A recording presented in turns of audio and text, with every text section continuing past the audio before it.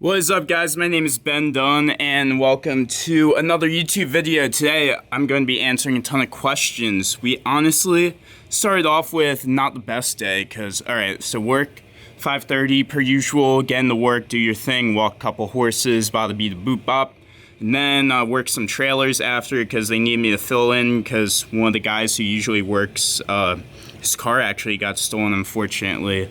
It's a tough world we live in. If you're out there stealing cars and it's not on GTA, GTA in real life is no bueno, no bueno.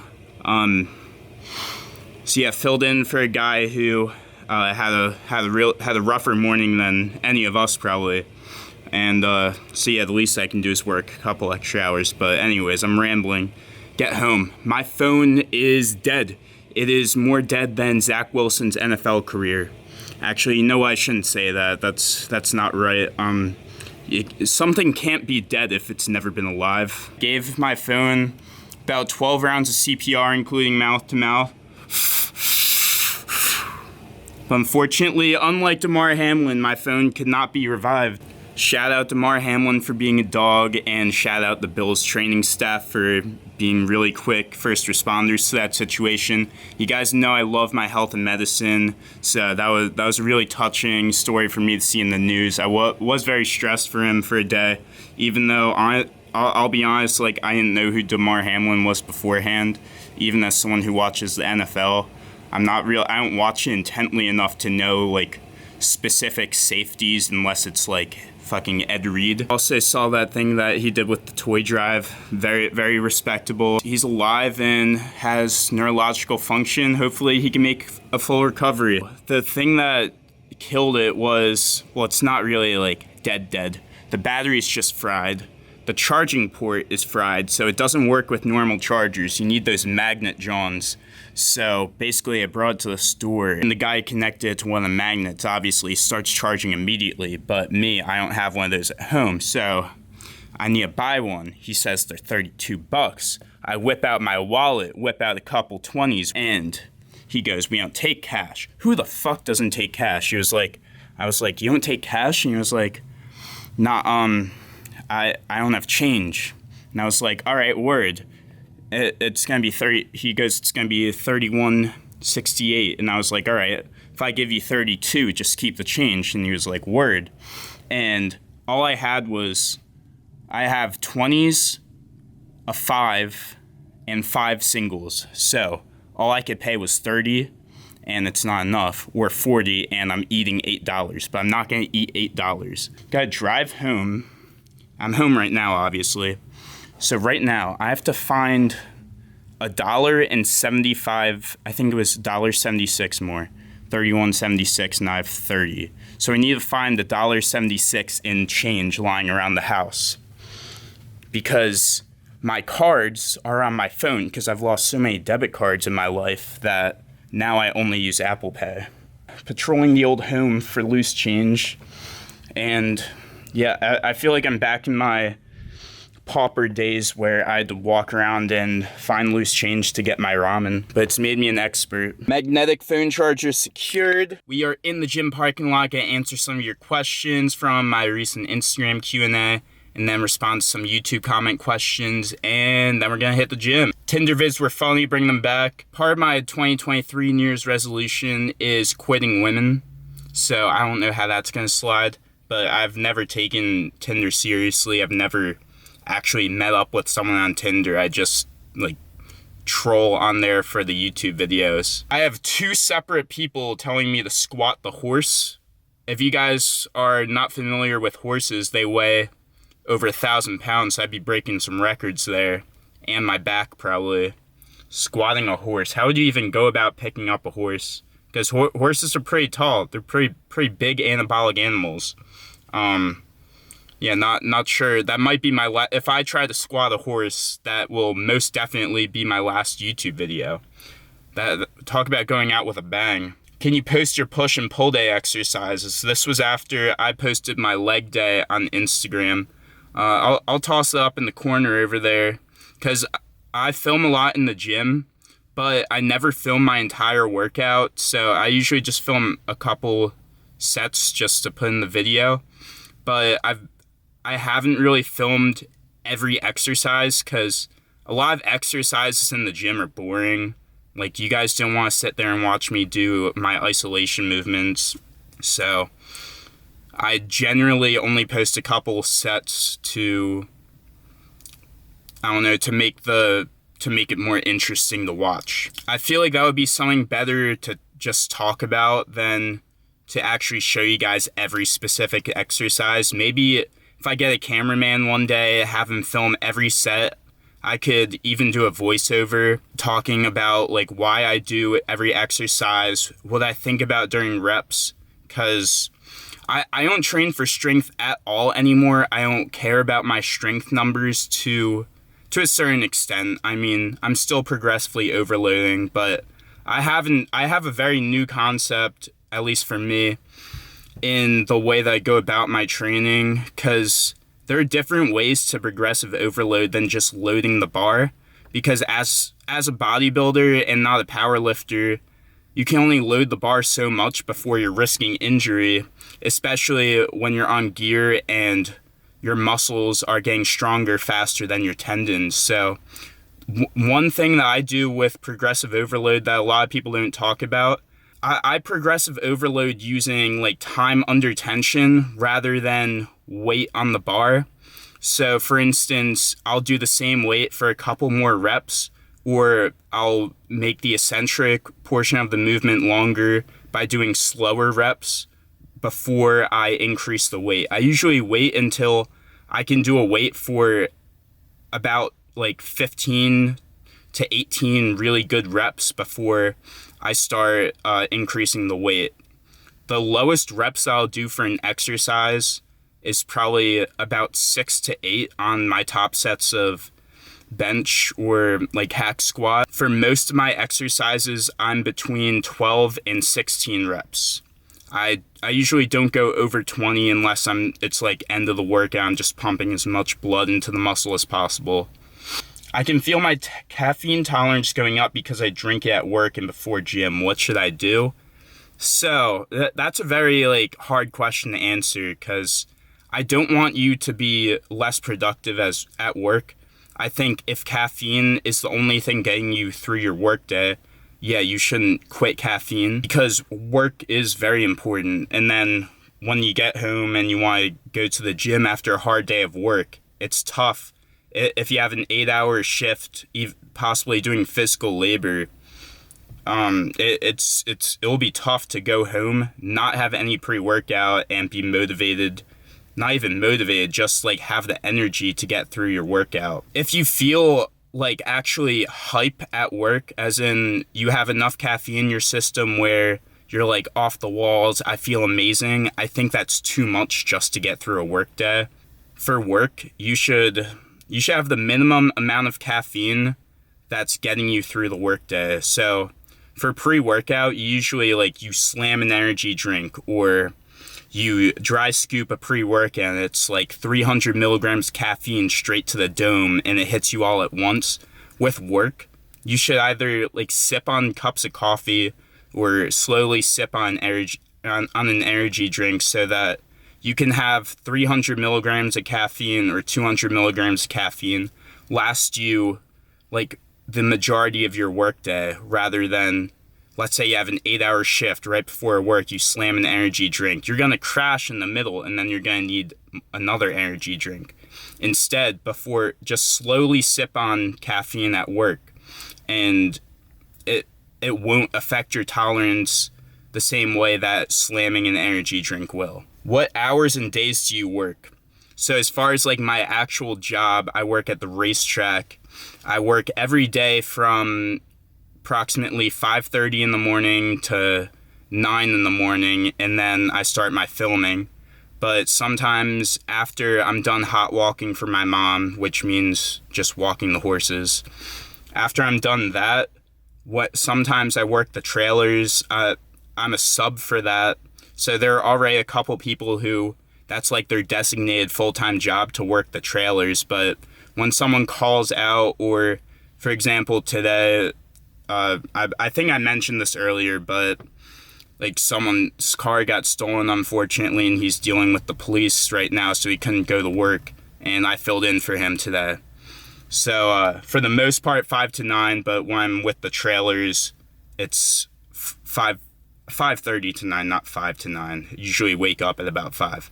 But like when doing the trailers, that ends at 1. So that would be 5:30 to 1, which would be like a full 8-hour shift basically. But I don't do that every day. Another bring back the Tinder vids. That's 2. So might have to actually do it. Some pre-workout Tinder segments. Advice for balancing high school and wanting to do bodybuilding. So during high school, at least for me, during my classes, a lot of the time when the teacher ran out of stuff to talk about, they'd give you like 20 minutes of free time just to get ahead on homework. I think you should take that time because when you're in high school, you're stuck there. You're stuck in high school no matter what. It's not like college where you do your lecture, you go home, do whatever, and then you go back to your next lecture. In high school, you're stuck at school it's basically like a work day. And while you're there, I think you should try to get as much work done as possible instead of like goofing around with your friends. Because then you have less work to do at home and you can enjoy your time at home more. And it lightens the burden of the amount of work you have to do at home. Just makes it easier for the rest of your day. And when you're home and you have a fuck ton of homework, you're gonna regret not using that 20 minutes to get started on it when your teacher gave it to you in class. Get kicked in the head by a Philly. Damn, that's coming right from my neck. Actually, not my neck, it's coming from my head. A filly is a word for a female horse. We have one filly, her name is Baying Gold. Sometimes we call her Goldie, I just call her Mama. Because, she's a girl, Mama. And she didn't kick me in the head, but she struck me in the head last summer. A kick for a horse is how you'd probably imagine getting kicked by a horse, like on a TV show. They back leg just plow you. But a strike is when they rear up, meaning like their front 2 legs go in the air, and then they're like, it's like their arms. It's more like a punch.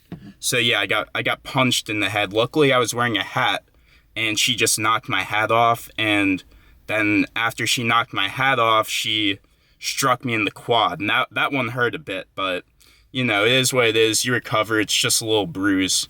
But yeah, my mom got kicked in the head. I'm not sure if it was a filly. It might have been a male horse. And she was out of work for 6 months. So getting kicked by a horse is...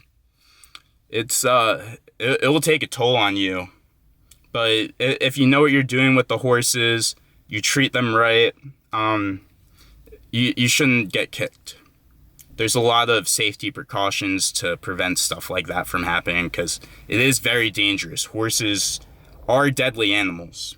What do you eat during your work days? I usually eat before and eat after.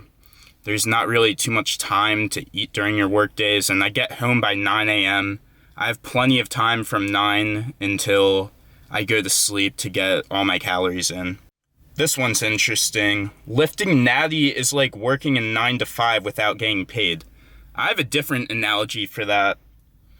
So lifting natty is like working a 9 to 5 like a normal person, and you get your entry-level salary, right? You start off at an entry-level position, your entry-level salary, you work hard. The harder you work, the easier it is to work yourself up, right? I'd say lifting on gear would be like the same thing. So you have your 9 to 5, you get your jobs, entry-level job, you start off with the same base salary as everyone else. But here's the caveat. Your dad's the boss, so it's easier to work your way up. But at the same time, if you slack off and don't do shit, you're still gonna get fired because at the end of the day, your dad's still running a business. And this is assuming it's a good dad, not one who like pampers to their rich kid. Like a rich dad who owns a company hires their son because, I mean, he has the credentials. He went to college. He did everything that everyone else did to get there. but he does have a step up from everyone else, if that makes sense. If you guys have another better analogy for that, let me know if you agree or disagree. Love the raw feel of the videos. I love that comment. Here on the Ben Dunn channel, we stay raw, we stay real, and there's no plan B. With that brilliant joke, I think we're ready to hit a massive push day. Let's pump these titties to oblivion. Let's get a bigger chest. I do have pretty good chest genetics, honestly. It's one of my good body parts, but it can always get better. Let's fucking go. Let's take this baby to the moon and cue some euphoric NCS, beautiful, non-copyrighted. Thinking in my dreams, the music I was young and dreaming. I'm so fast, and I don't believe, and I don't believe. Thinking in my past, thinking in my dreams.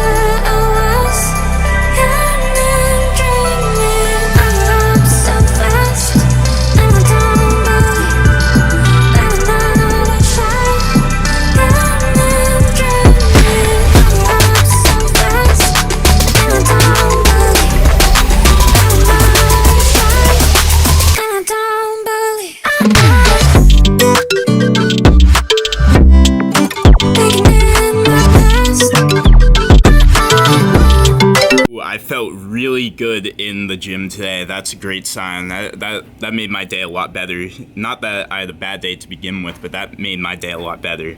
That's why the title of the video is what it is. So I put up the 100s on incline. That was the first clip if you guys didn't see the weight on the dumbbells, but I did that for the first time in, I don't know how many videos ago it was, but a couple videos back I had talked about doing 100s on incline for the first time, and I think I got the same amount of reps, but they were a little bit like fast. It was my first time holding the weight. I just wanted to like put them up and down. This time, like, that was slow and controlled with the 100s. Felt every muscle fiber in my chest. That felt amazing. And after that set, it got me thinking, when I first went to Crunch Fitness, that same gym that I'm always at, I was a senior in high school, and I remember if I saw like a guy put up 100s on the 100-pound dumbbells on incline, I'd look at him and be like, oh, that fucking roid head. And look at me now. Look at me now. You either, what's the saying? You either die a superhero or live long enough to see yourself become a villain. Is that it? Star of the Metro album. So, post-workout book recommendation. I do not have another book, but I'm going to talk about a part of my favorite book of all time, Outliers by Malcolm Gladwell. You guys know I love my Gladwell. The first, I'm pretty sure it's the intro to this book where they talk about the Canadian youth hockey players and how basically the entire point of the book Outliers is saying that life isn't fair. Basically in Canada, they recruit hockey players, like the youth hockey players at a very young age for the academy teams, and kind of like AAU in the United States, which I'm sure they have AAU in Canada, but I remember like AAU baseball and basketball, which is like the best of the best. You bring kids from like basically different counties, and you meet kids from like a half hour away from where you live that you usually wouldn't meet just because you guys are both good at the same sport.